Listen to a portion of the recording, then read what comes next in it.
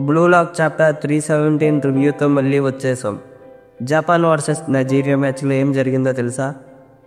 Japan team 2-0తో లీడ్లో ఉంది.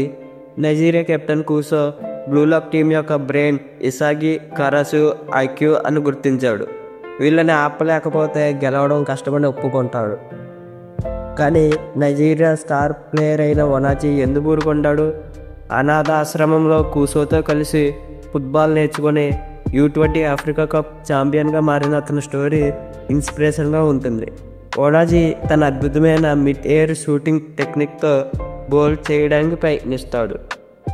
కానీ Japan goal keeper గగమారు ఉన్నాడుగా. ఈగో ఇచ్చిన బేస్బాల్ సిక్సర్ అతనికి అద్భుతమైన రియాక్షన్ టైం ఇచ్చింది. ఒనాచి షాట్ని అడ్డుకొని అతను తాను జపాన్ గార్డియన్ గాడ్గా ప్రకటించుకుంటాడు.